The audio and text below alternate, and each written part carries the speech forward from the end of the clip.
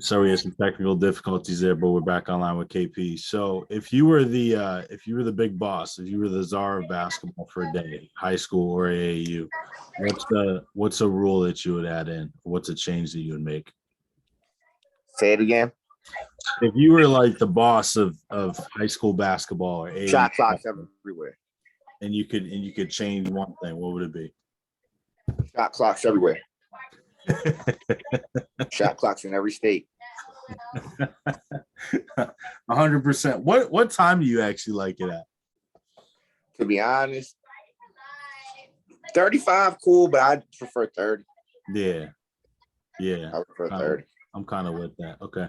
What sets the DMV apart from, other areas in the country? Is there one specific thing you can think of? We do this. This is what we do.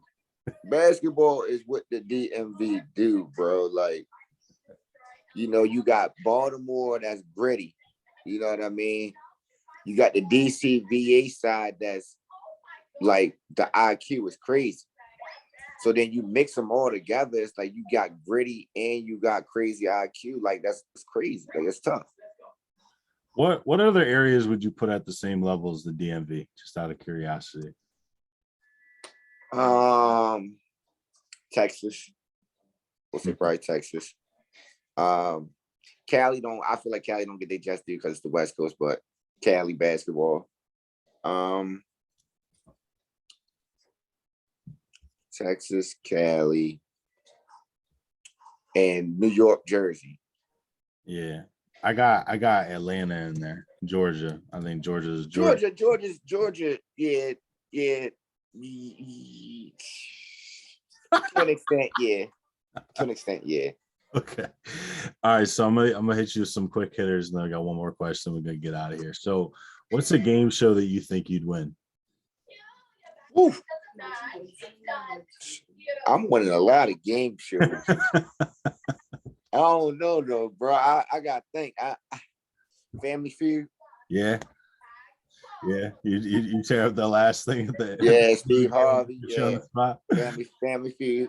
There you go. All right. Invite 3 basketball minds to a dinner and chop it up with. And this is just anybody? Living or dead, yeah. You can't say that, bro. Because I'm gonna put like my 3 favorite basketball players at the table and we just go kick it. Go for it.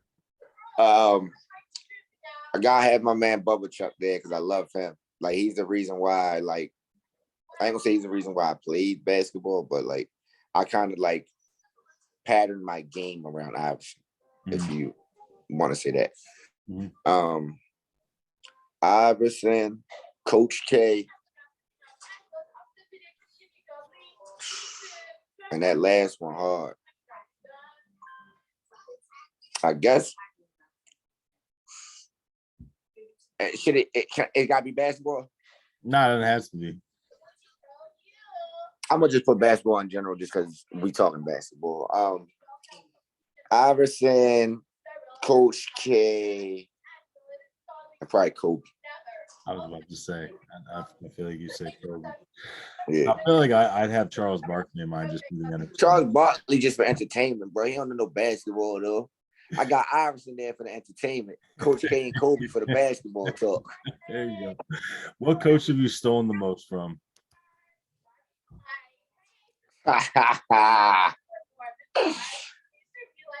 Womack. Womack and Todd. It's a good answer. As far as recruits go, what's the one that got away? The one that got away.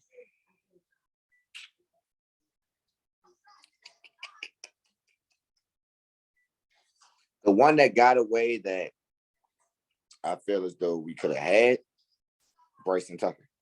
Yeah, that was my answer. Bryson Tucker. MJ or LeBron? If it wasn't Bryson, then I probably would have said my kid Amir that left to go to St. John's, but okay. Bryson Tucker. MJ or LeBron? Huh? Jordan. And it ain't close. Thank you. I'm going with Kobe over LeBron. Like, come on, man. What book is a must read for every basketball coach? You hit me on the head with that one, bro. I got to think on that one. One of Coach K's many books? Probably. But I got to think on that one right there. I already know your answer to this one, but I'm still going to ask it anyways. Would you rather take a charge from Shaq or try to guard KD with the game on the line? I'm taking the charge from the Diesel. Yo, you'd send your little ass flying, dog. I'm going to stand right there, too. KD is not going to put me on that island look crazy for a game winner. No way. Hey, man, you got to make sure you're protecting yourself, too, both hands. Yes, Lord.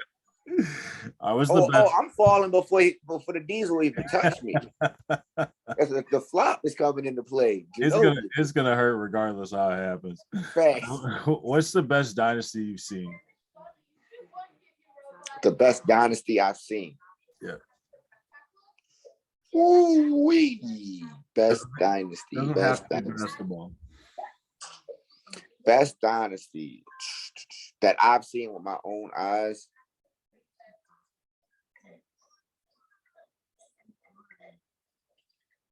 Bulls or Warriors? I'm gonna say Warriors for real. Steph Curry and them, like they got the game in a chokehold for real. Underrated Twitter follow. Underrated Twitter follow. Like by who? Like someone following me? Yeah. No. Like just the person to follow on Twitter that you like. I don't know. I don't really follow nobody. I don't really use Twitter like that. You a big IG guy. All right. What was the first time you were in a room where you realized you didn't know much? You didn't know anything about basketball, or you didn't know as much as the people around you? Never really felt like that before. Okay. What coaches do you study the most? Like I said, I'm a big Duke guy, so of course, Coach K. I've been underneath of Pratt for the last 3 to 4 years, so I kind of like, look up to Pratt.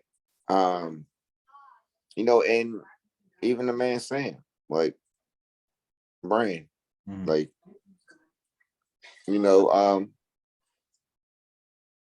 he's done some stuff, so I kind of, listen to him, look up to him, look at him kind of like the big brother in this coaching thing. You know what I'm saying? Okay. What's the hardest shot in basketball? Like for me, it's the corner three, I think. Really? Okay. Yeah, I hate that the floater from like just outside the paint on the block when you catch it on the fast break. I hate that angle. Yeah. All right, what's the most famous person's number that you have in your phone?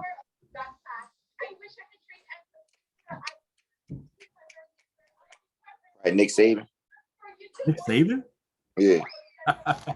Oh, from Malik. Okay. Yeah.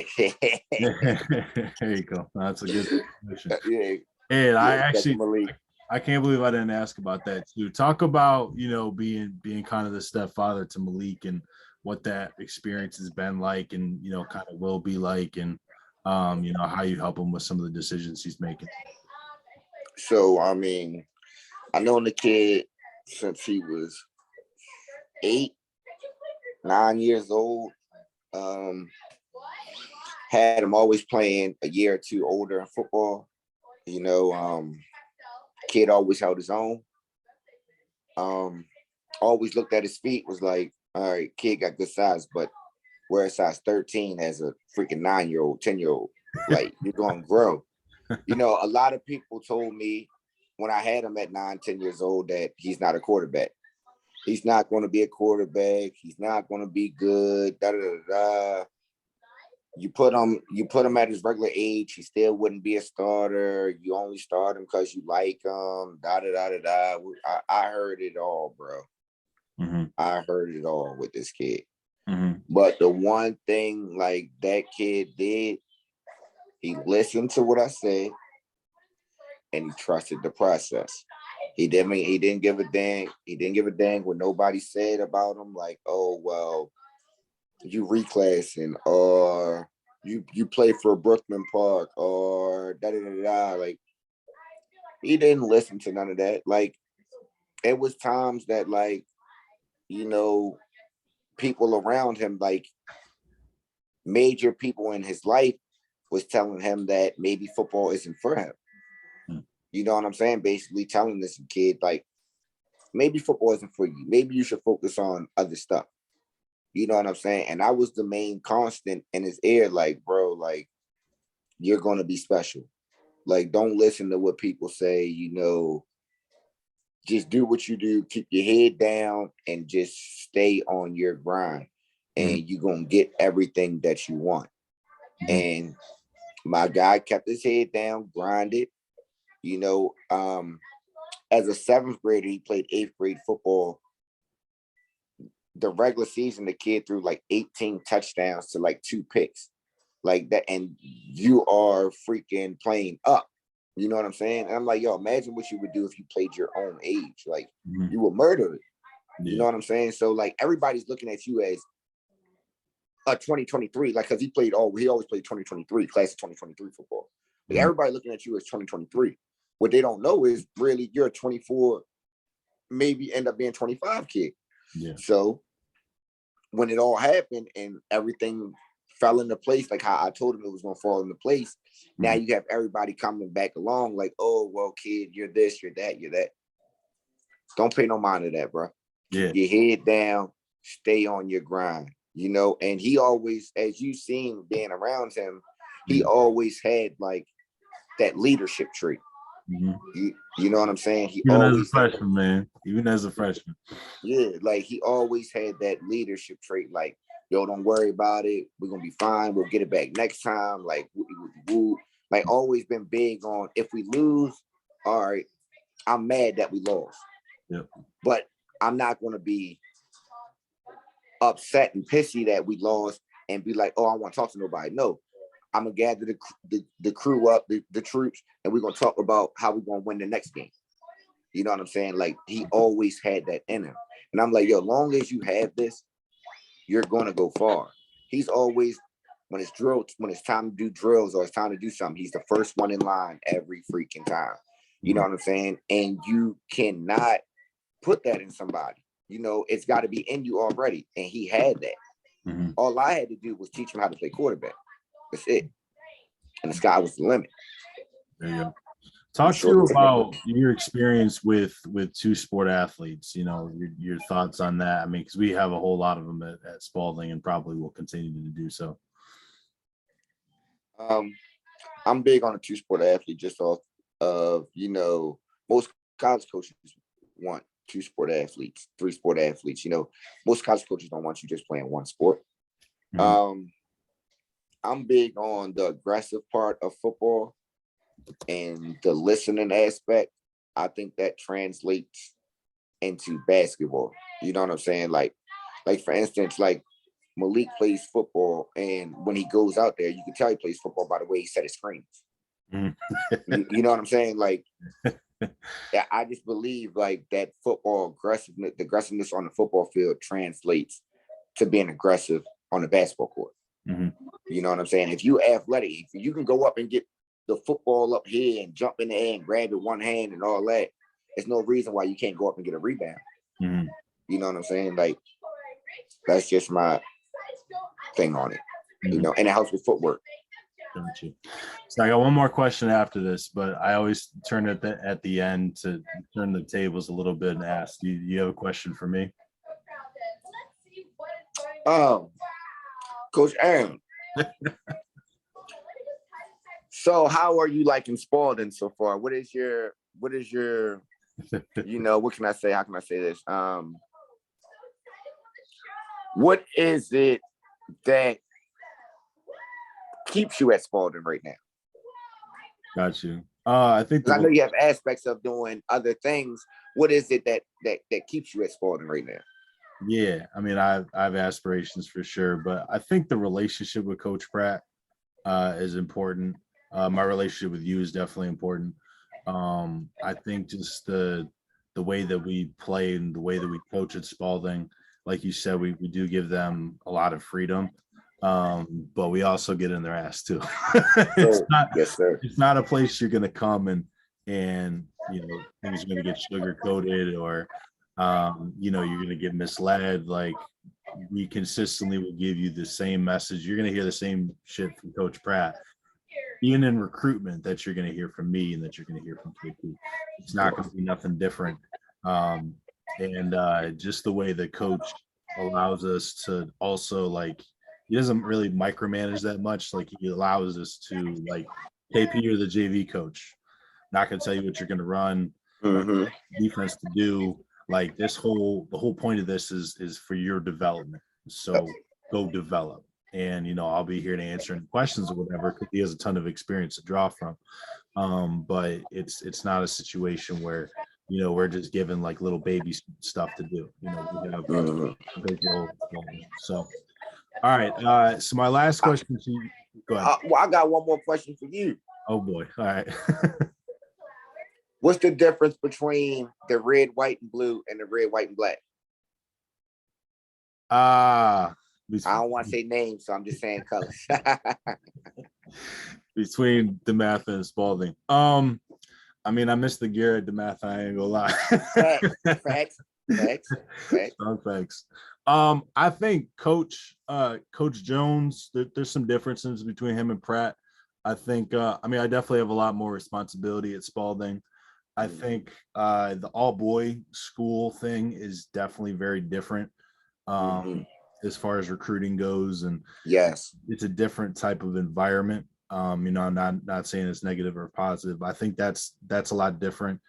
I think one thing too, the WCAC, like, you're not really traveling as far as I feel like you are sometimes for BCL games.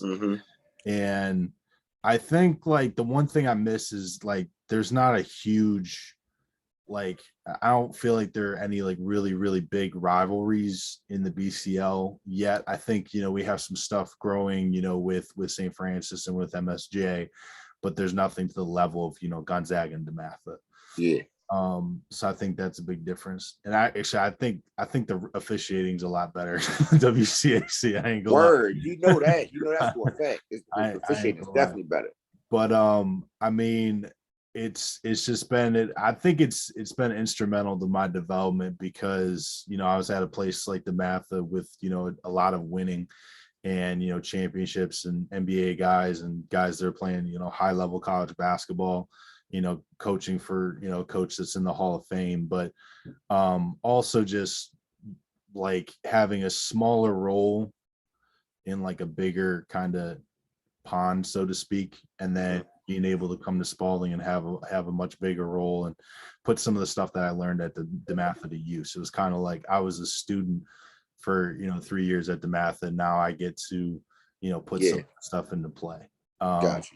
And that's definitely helped a lot, and Coach picks my brain about that stuff all the time. He's like, how was this like, what did Coach Jones do in this specific thing? What do you like? That was one of the big things too that I really liked about Coach Pratt when I was first talking to him was, what do you want to do here? What do you want your role to be? What, like, and obviously, like, it's his program.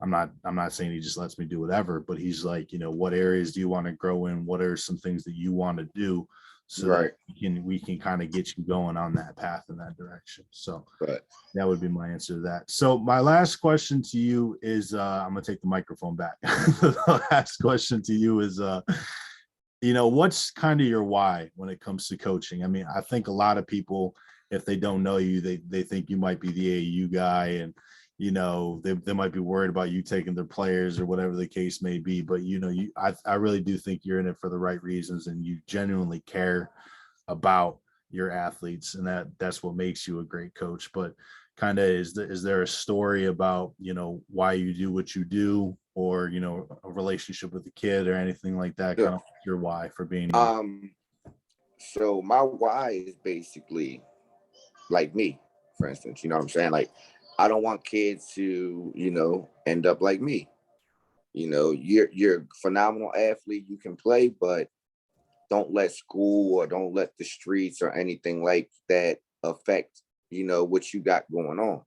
So that's my why. Like, I lock in with these kids, I lock in the gym with them, I do this, I do that. Like, I'm here to be like not just a role model, but like an extra olive branch. You know what I'm saying? Like if parents can't make it happen, call Coach KP. Coach KP will try to make it happen. You know what I'm saying? Like it ain't just about my kids. I want all kids to succeed. You know what I'm saying? Like we can go take it to Fleming, for instance. You know what I'm saying? Like we all could have just been like, okay, we done with him once he left Spalding.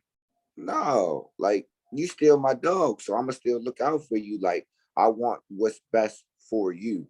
You know what I'm saying? I want what's best for all kids moving forward. It ain't just my kid or my kids that I deal with.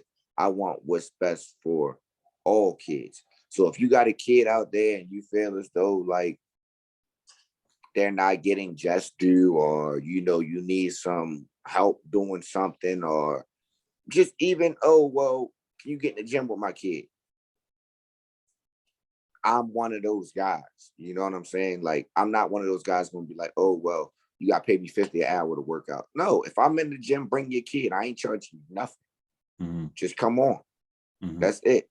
I'm for all kids. And when I say all kids, I mean all kids, not just mine, not just Spalding, not just Melo, with all kids. Mm-hmm. Gotcha. That's my why. I love the youth. This is true. All right, appreciate you, brother. Let the people know where they can find you on social media. Get your follower game up. Coach_KP on the IG. That's where you can find me. Appreciate you, brother. Thank you. I appreciate you, Aaron. Take it easy. All right.